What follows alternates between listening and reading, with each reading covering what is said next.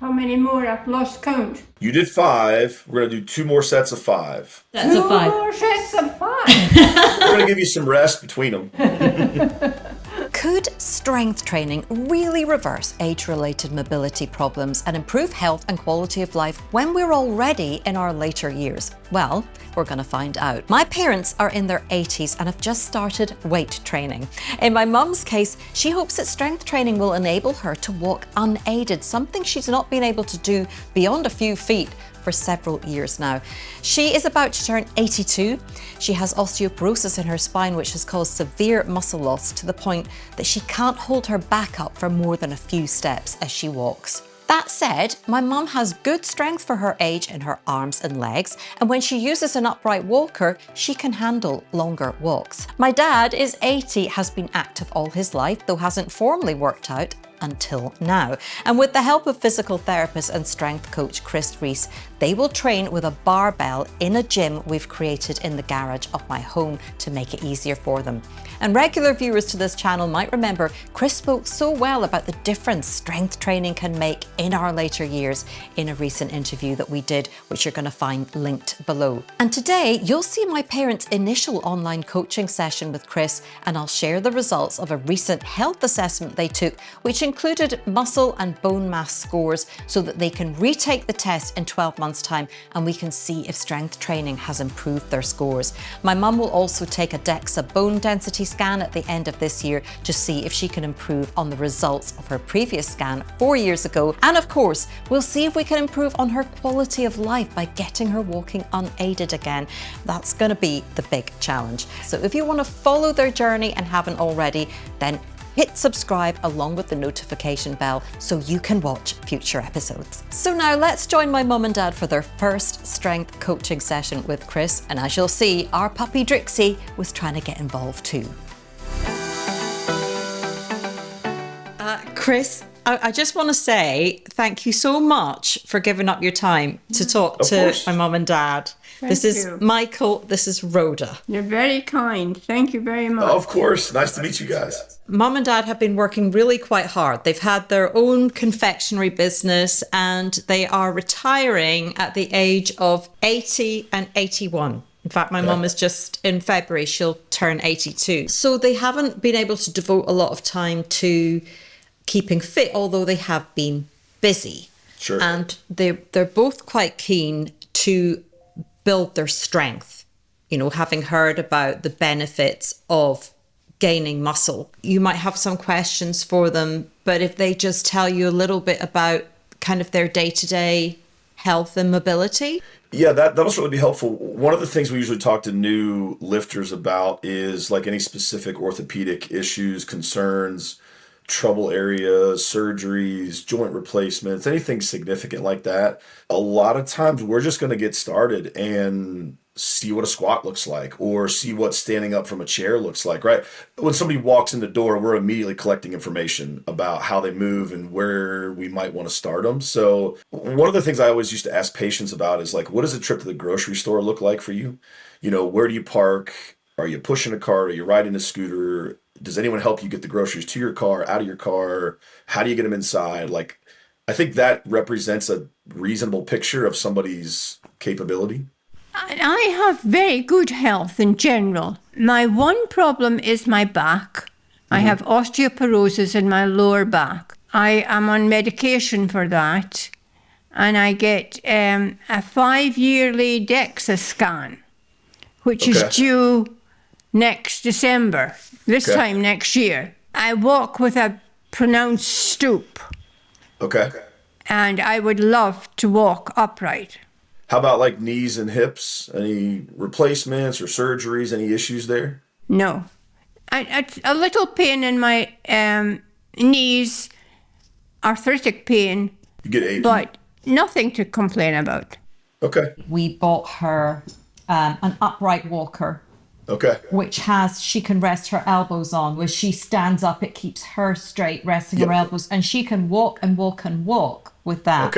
Okay. But without that, she can't go far at all. I have difficulty stretching up. Sure.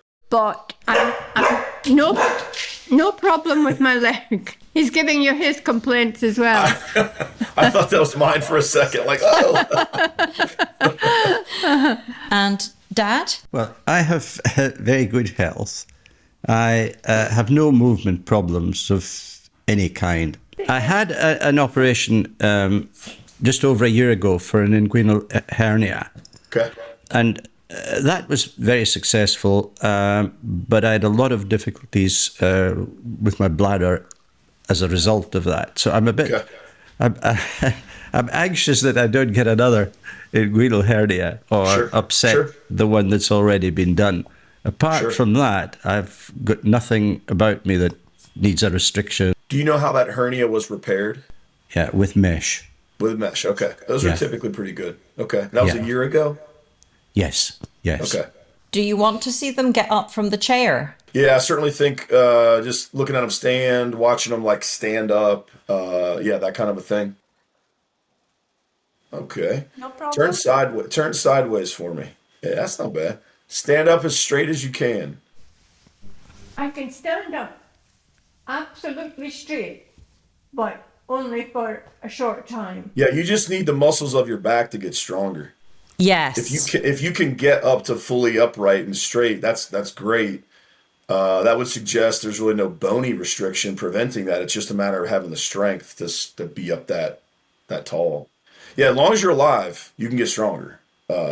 So I think you're good there, right? We have to find a place to start that is appropriate for where she's at now.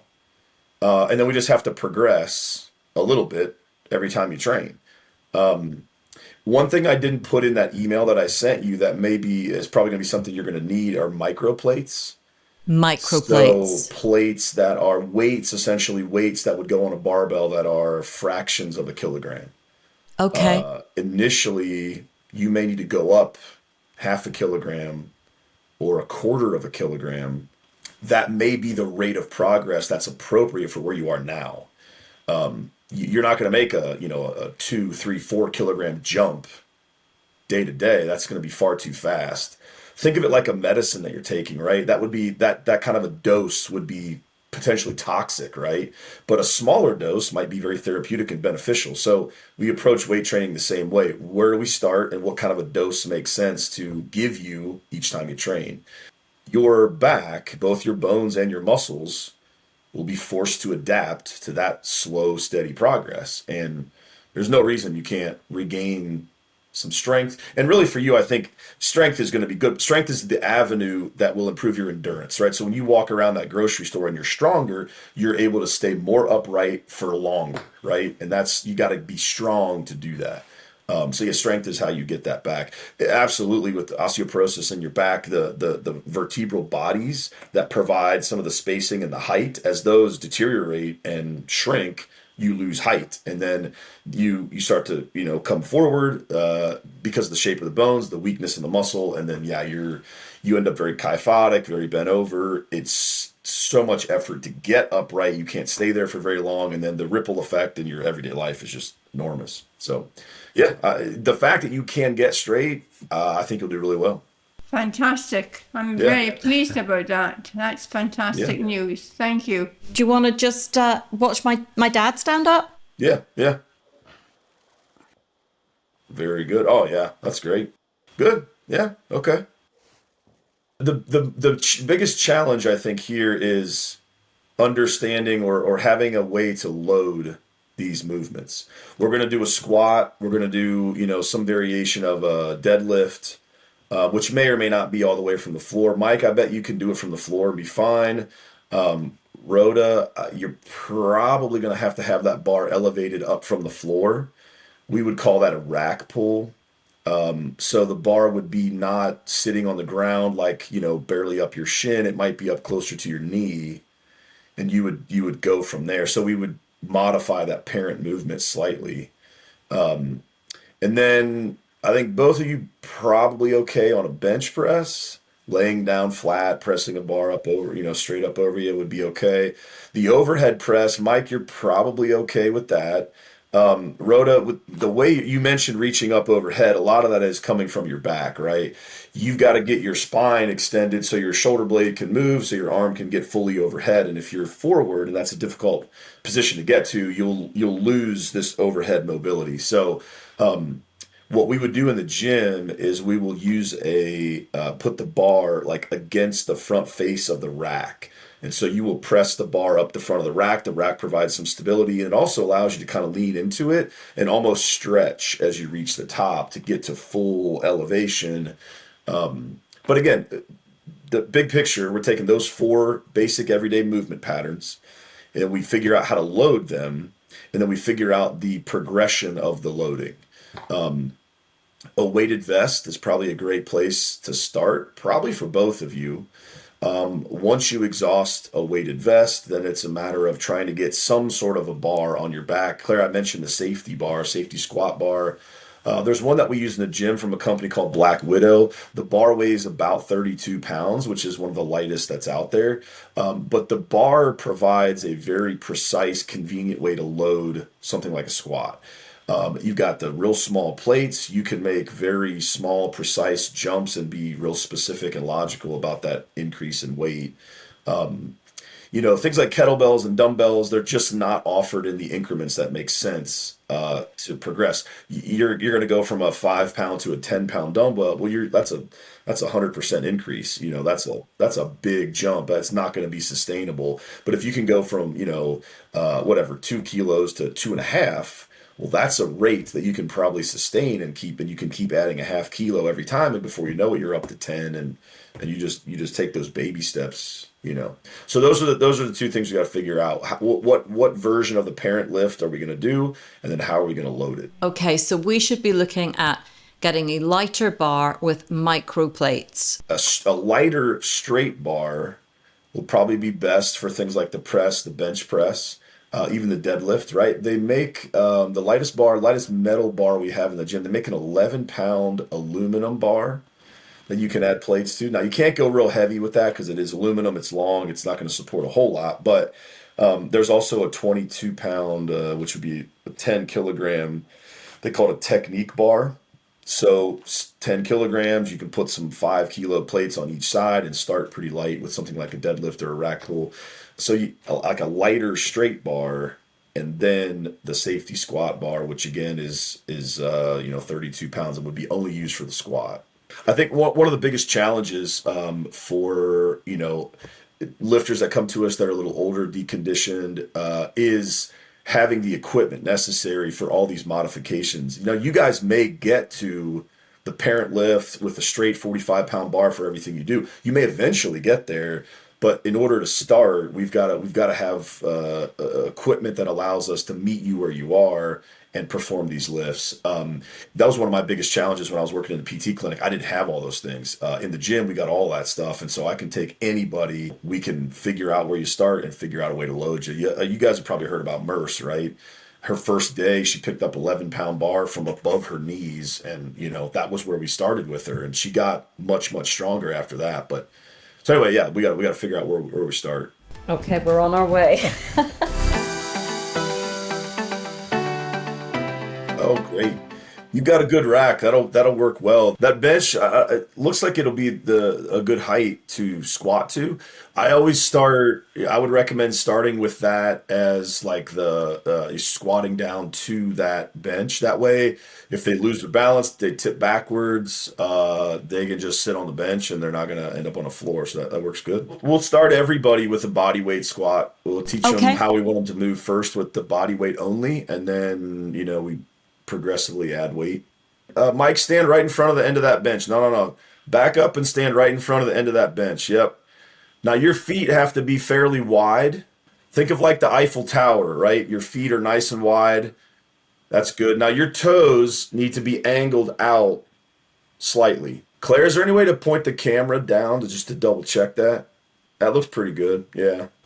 Now, Mike, I want you to take your hands like this. And you're going to stick your elbows out to the side. And I want you to squat down. But when you do it, I want you to reach your butt back for that bench. And I want you to bend over and put your elbow inside your knees. Push your knees out of the way with your elbows. There you go. Yep. Now your eyes need to be on the floor. It looks like they're in a pretty good spot. You're maybe a couple meters out in front of you. That's where your eyes are. They're down on the floor. That's not bad right there for the bottom position. Now, when you come off of the bench, you're going to lead with your butt. Your hips are going to come off the bench first. Yeah, go ahead and there. Just stand up. Just stand up like you normally would. There you go. There you go. What we're trying to do is utilize your hips to perform the squat. So that was pretty good at the bottom. All you got to do is just shove your butt off the bench and just stand up like you normally would. So hips first. There you go. There you go. That's it. Now, the one thing I want you to think about as you're leaving that bench, right? Your butt is leading the way and your chest is staying pointed down at the floor. Stick your elbows in there, shove your knees out. Now lead with your butt off the bench. Faster, faster, faster. All the way up. There you go. That's it. Do it again. Shove your knees out, hit the bench, hips first. Yeah, that's it. There you go. Do two more just like that. Very nice. Excellent. Very good. Now, there's a few things I want to point out, right? You're probably a lot more bent over than you expected to be. You certainly are a lot more bent over than you started when you were initially kind of squatting down, right? You're going to point your chest at the floor. You're going to reach your hips back for the bench. And then when you come back up, you're going to keep that bent over position, that angle to your trunk, and you're going to lift your hips back to the top. You're never really going to think about lifting your chest. You're just naturally going to stand up as you reach the top of the squat. The stance and the toe angle are very important.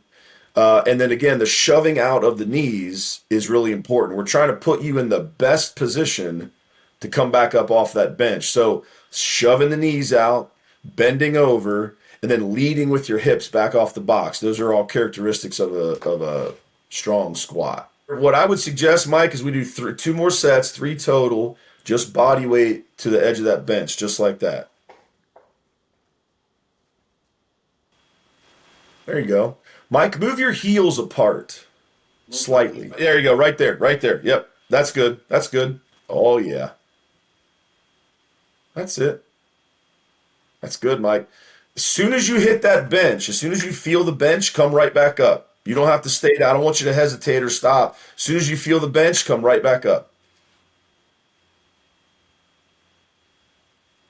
There you go. Good. 2 more. Slow down, slow down, slow down. Yeah, that looks pretty good. You want to be deliberate, slow and tight and controlled on the way down. As soon as you reach that bench, you come back up as fast as you're able to, as long as you maintain that trunk angle like we talked about. You don't want to drop quick to the bottom. That'll work again when it's just your body weight, but as we start to add weight, that will present some problems. So you're real deliberate and controlled on the way down. You hit the bench, you come right back up.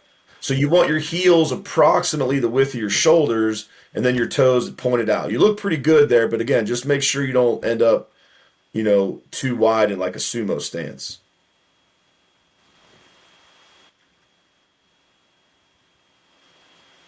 Yeah, that's good.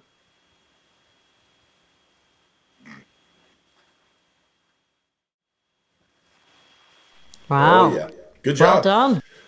Now, we're extremely concerned with depth in the squat. What I'm looking for is your hip to be below your knee. Now, I think that bench is probably a little bit high. Not the end of the world today as you're learning it, but as we move forward, you'll want to make sure that you're getting that hip down below the level of your knee. Claire, something else I thought, I don't know how many weights you have. Sometimes you can stack plates to create like a box or a platform to squat down to.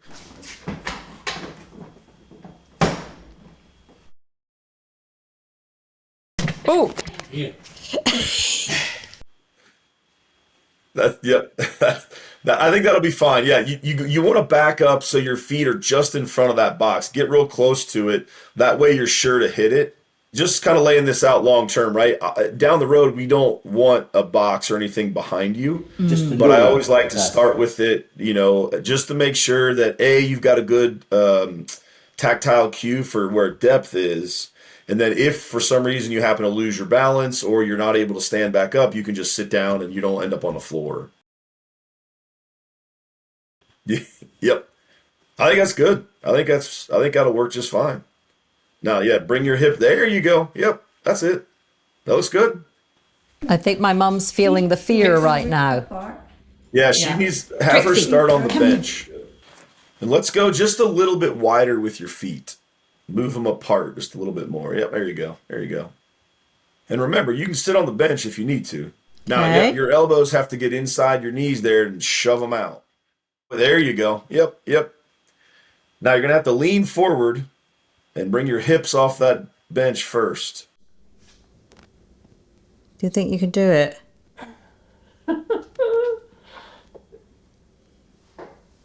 There we go. There you go. All right, 4 more. That's it. Leading with the butt. Rhoda, you really have to think about pushing your knees apart from each other. So you can use your elbows now, or just think about pushing them away from each other as you squat down. That's it. Lean forward. There you go. Good. Stay forward. Yeah. Not bad. That's 5. Rest. Rest now, Mum. Rest now. Which muscles is she using, Chris? So she, the problems in her lower back, standing up from that squat, what's getting worked there? Basically, everything from her waist down is working. Now, as we start to add weight to like a weighted vest or ultimately a bar, her trunk in her back will be working to transfer the force from the legs to the bar.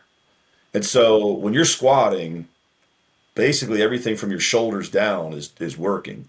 Your arms specifically aren't doing a whole lot, but everything else is.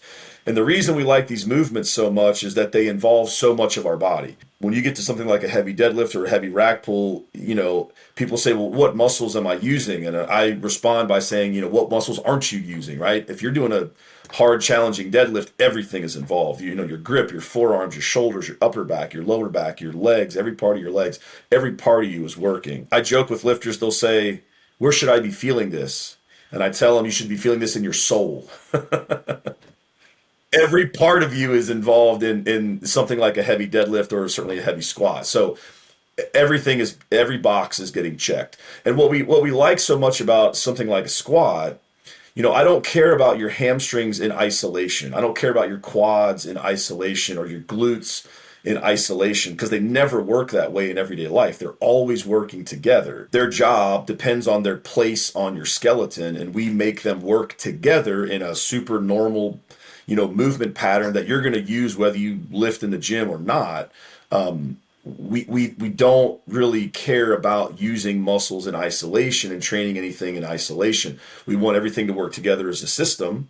And when you do that, you can apply significantly more stress, and you've got potential for a heck of a lot more adaptation. So, how strong can your quads get doing a leg extension? That might make progress for a handful of weeks. You can make progress on your squat for decades. Anybody. So we want to work everything together. We want all the individual parts to do their role on your skeleton based on their location. How many more? I've lost count. You did 5. We're going to do 2 more sets of 5. Sets of 5. 2 more sets of 5. We're going to give you some rest between them. Push your knees apart. 1. There you go. 2. Oh. That's all right. So stop here a second. One thing you want to pay attention to is the balance in your feet. You want to feel like your weight is right over the middle of your foot. You're not back on your heels. You're not forward on your toes. You're balanced right over the middle of your foot. So as you squat down, what you're going to have to do is bend forward and keep that weight from tipping too far back on your heels. That's it. There you go. Really keep yourself bent forward as you reach that bench. There you go. Good. What you do is as you reach the bench, you let yourself get more vertical and then you tip onto your heels and kind of hit the bench. If you stay forward and just lower your hips to the bench, you'll stay balanced and you'll come up a little bit better. So not the worst you've seen, right, Chris? Oh, not at all. What I'll certainly share at some point is the fact that you guys probably be pretty sore, probably tomorrow, probably the day after, simply because these are new movements and new ranges of motion. Inside of your thighs, front of your thighs are common areas of soreness after the first few times you do this. But even as you get stronger and as you add weight, once you adapt to the movement pattern, you really shouldn't feel a whole lot of soreness session to session. It's just because it's new and it's not something you're used to yet. But in, again, just a couple of sessions, you will see that soreness diminish and you can train with little soreness session to session. Soreness is not a hallmark of progress or an effective program or really anything other than exposure to a movement pattern and a range of motion that you're not accustomed to. There you go. Yeah, it's going to be a really good habit to come all the way up nice and tall at the top. That's just an opportunity to work all those muscles of your back that help you stand up straight. I can feel every muscle now. Yep. You have Chris to thank for that. Here we are. So Claire, one thing that might be helpful to point out, like for you watching her, is if you look at her, the angle of her back, when she actually comes up off the box, she's very, very horizontal. That's the angle that she needs to hit the bench in. She's hitting the bench and she's kind of tipping up pretty vertical. And then as she actually gets off the bench, it's because she gets really horizontal over the middle of her foot and is able to access her hips better. So I was trying to cue there earlier is to reach the bench with that vertical or that horizontal position of her trunk. You'll come off the bench a lot better. Does that make sense? Yeah, leading from the hips sort of thing. Yeah, pushing a lot of times from... with like a lifter that's a little bit weaker, like through the quads and the leg, they'll bend the knee so far as they approach the bench in this case. They'll bend the knee so far and then they don't feel like they have the control to bend the knee further to get to the box. And so they just sort of tip back and plop down on the box. And ultimately what you're doing is you're trying to get forward, you're trying to get horizontal, access the hips, and use the hips to come up, not just the quads and the knees. Okay, am I done? Yeah, you're good. Yeah, that's 3 sets. I would suggest a weighted vest. I think that would be the easiest way to load these and a great way to progress. I think, Mike is probably going to be able to start on his very next session with, maybe 5 kilograms on the vest. Rhoda, I might have you just do, 1 kilogram, 2 kilograms in the vest, something very minimal. So Mike is going to use the box with the plate on it. His hip is below his knee, and that's going to be full depth. We're good. He'll never have to worry about squatting lower for strength training. Rhoda, what we would do with you is we would add a little bit of weight over the course of 2 to 3 weeks, and then we would adjust the height that you're squatting to. We would reduce the weight, and then we would build up again. Okay. We're going to progress the weight at this height initially, and then we're going to drop the height of the box, reduce the weight maybe 50% or so, and then build up again from the new height. The goal, of course, is to work down to where the hip is below the knee. Once you squat that deep, you don't ever have to squat deeper. All of your squats are to that depth. And we would leave the box in place, and really it's just kind of you have to eyeball it and see how the lifter is tolerating the bottom of that position, and as they get stronger, they're handling the bottom of that squat better with more consistency, you can eliminate the box. All right. Should I just go on Amazon and buy any weighted vest, or is there one that you particularly recommend? We don't have one that we recommend. What I would look at, just for your convenience, we've got one in the gym that has like metal bricks that you can slide in, but they're really easy to take in and out. I had one from a long time ago that I had purchased that had like sandbags. And they were difficult to like squeeze in to get back out. It was difficult to change weight quickly. The one in the gym again with the metal bricks, very easy. They slide in and out, super convenient. And that also then is a good segue onto a 33-pound, 32-pound safety bar if you end up with one of those. So I don't know if we're going to be able to do a press or a bench press if you don't have a bar lighter than 45. No, we've got hand weights and things like that, but nothing, not the bar, not a light bar. Yeah, the bar, again, the bar I think is going to be worthwhile. It just provides you, first of all, it's more stable than individual dumbbells. It's more stable. It'll allow you to ultimately lift more weight over time, and then it provides a very precise, convenient way to load with plates on the end, right? If you got those micro plates, you can make very small jumps and make very steady progress that way. And again, the upper body lifts, you really have to be conservative in your loading approach, right? Small jumps, real little increases session to session. Those micro plates are a necessity. Now your rack looks good. Like you could press up the front of the rack. So again, probably for Rhoda especially, you could press up the front of the rack, and she could get some stability from using the rack. I can send you some videos of exactly what that looks like.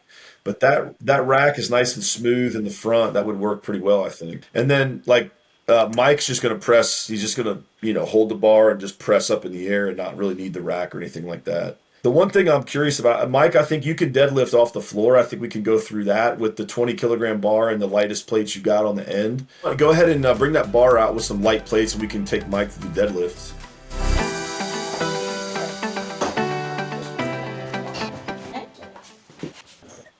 So, Mike, we're going to teach this to you in 5 steps. Now, your stance is going to be, that's actually not bad. It's a fairly narrow stance, so I'd bring them in even a little bit closer than that bring them together.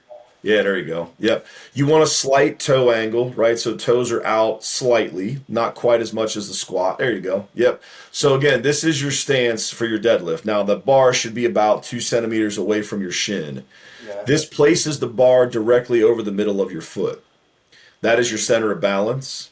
Yeah. It's important that the bar stays there during the setup.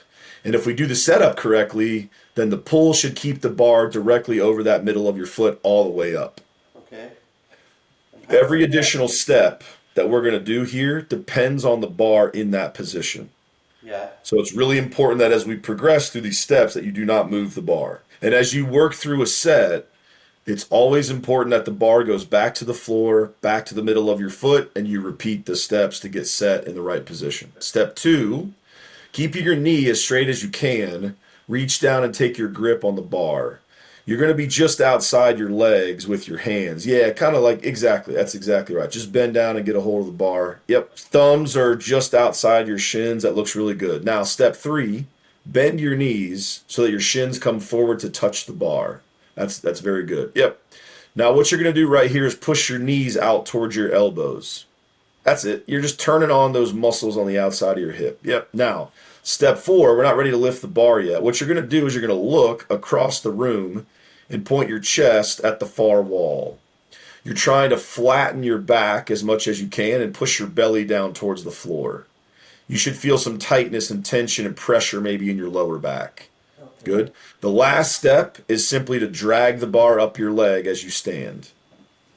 Drag it up your leg. Yep. Chest up. Keep going. Up, up, up. Shoulders back. Arms are straight. Arms are long and straight. Arms are straight. Yeah. Yep. Push your hips into the bar. There you go. That's exactly right. Yep. That's your lockout. That's your finish. Now, on the way down, you're going to shove your butt back and just slide the bar down the front of your leg. Yeah, there you go. That's very good. Now, on the way down, you don't have to be real slow and real gentle. You don't want to drop the bar, but you don't have to waste a lot of energy setting it down very slowly or gently. A lot of times, again, your hands stay on the bar and it's kind of a controlled drop back to the floor. But what's extremely important is that every rep goes back to the floor, back to a dead stop. You reset your position, you reset your back, and then you pull the next one. So we got 4 more. Good. Mike, lift your hips a little bit. Get your hips up in the air a little bit. Make sure the bar is touching your shin. Now, point your chest at the far wall. Point your eyes at the far wall. There you go. Drag the bar up your leg. Yeah, all the way up tall, all the way up. Shoulders back, hips forward. That's it. Hips back, back to the floor. Very good. Now, Mike, as you get more comfortable with this, right, you can leave your hands on the bar. You don't have to let it go every time. What you're going to want to watch out for, you see where your knees are in relation to your arms? If your knee starts poking out beyond your arm, you know your hips are too low. So you have to raise the hips, back the shins up, and then, yeah, put that bar back against the front of your shin. And then you're going to look up, tighten your back, drag the bar up your leg. That's it. That's very good. Hips all the way forward. Yeah, there you go.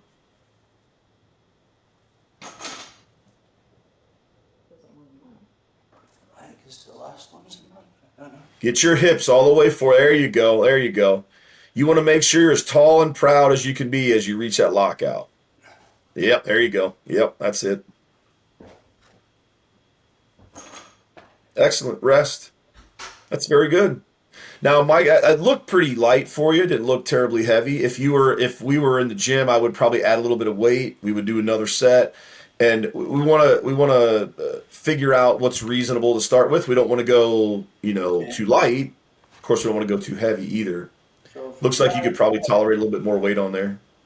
One thing we haven't really talked a lot about, which is extremely important with all this stuff, right? It's not terribly important right away, but as we try to ingrain these good habits right out of the gate. You want to think about taking a big breath, holding it while you do the lift. And then you're going to set the bar back down or stand up from the squat, exhale, take a new breath, hold it, perform the lift. When you complete it, exhale, new breath, hold it. You're trying to utilize that pressure and that Valsalva to create tension and stiffness in your trunk.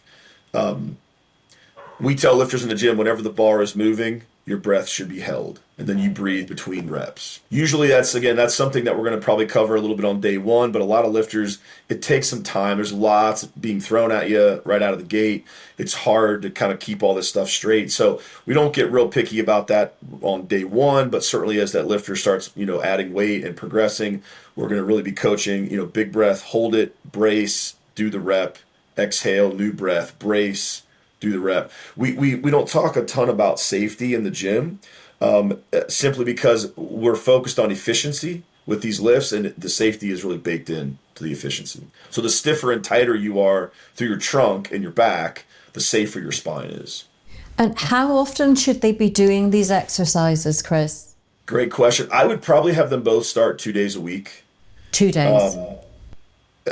Probably optimal training would eventually be 3 days a week, but I think starting out 2 days would be great. That would be, again, thinking about the rate of progression. Starting with 2 days a week would be something they could recover from and handle and be fine with.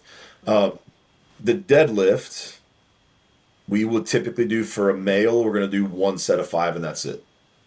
The squatting, the pressing, the bench pressing, I would do 3 sets of 5.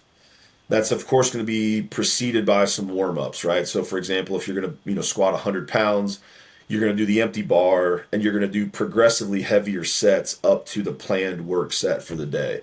You're going to do your 3 sets of 5. You're going to take your 3-4 minutes of rest in between, and then you're going to move on to your next lift. Obviously, as you progress and you're handling more weight during the work set, that's probably additional sets warming up, additional rest.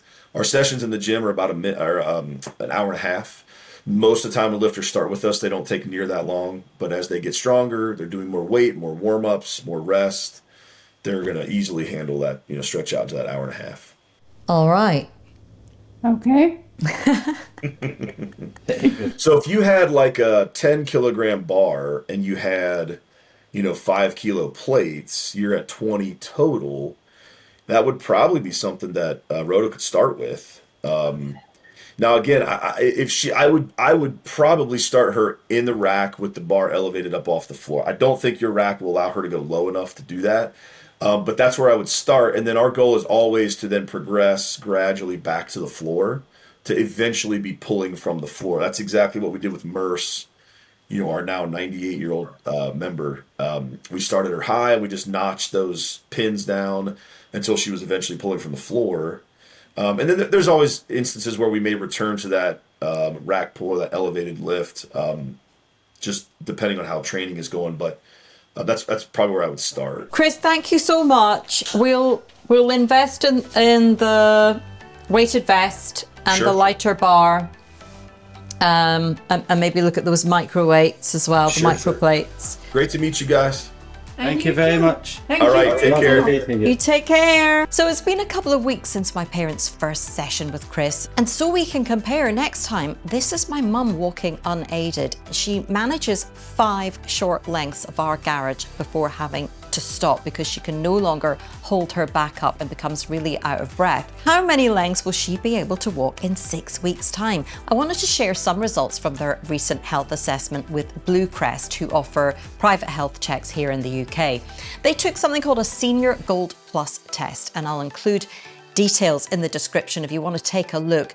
But it includes a heart disease and stroke risk assessment, vital organ health, full cholesterol panel, metabolic health result, including, crucially, a muscle mass reading so we can see how that changes. The good news is most of their results were within the normal ranges, and my mum was given an estimated metabolic age of a 66-year-old and my dad a 65-year-old. So that was the good news. My dad's blood pressure was a little high, something he's discussed with his doctor, and his blood pressure tends to fluctuate, but is something he's keeping an eye on. His muscle mass, the total weight of muscle in his body, is 48.4 kilograms, while my mum's is 34.9. So we'll be looking to improve on those scores. We also got a bone mass weight for both of them that we can compare in 12 months too. Of course, the most important assessment will be to see how strength training impacts their quality of life, and in particular to see if my mum can hold her back up to walk unaided again. Well, you can follow my parents' progress over the year. I'll do another full update in 6 weeks, but check my shorts and community pages in between because I'll share quick snippets highlighting any progress or difficulties we run into along the way. For more information around how to age well, head over to my website, honest.scot, and if you scroll down to the bottom of any page, you can sign up to my monthly newsletter where I round up all my latest content so you won't miss out. But for now, thank you for being here today.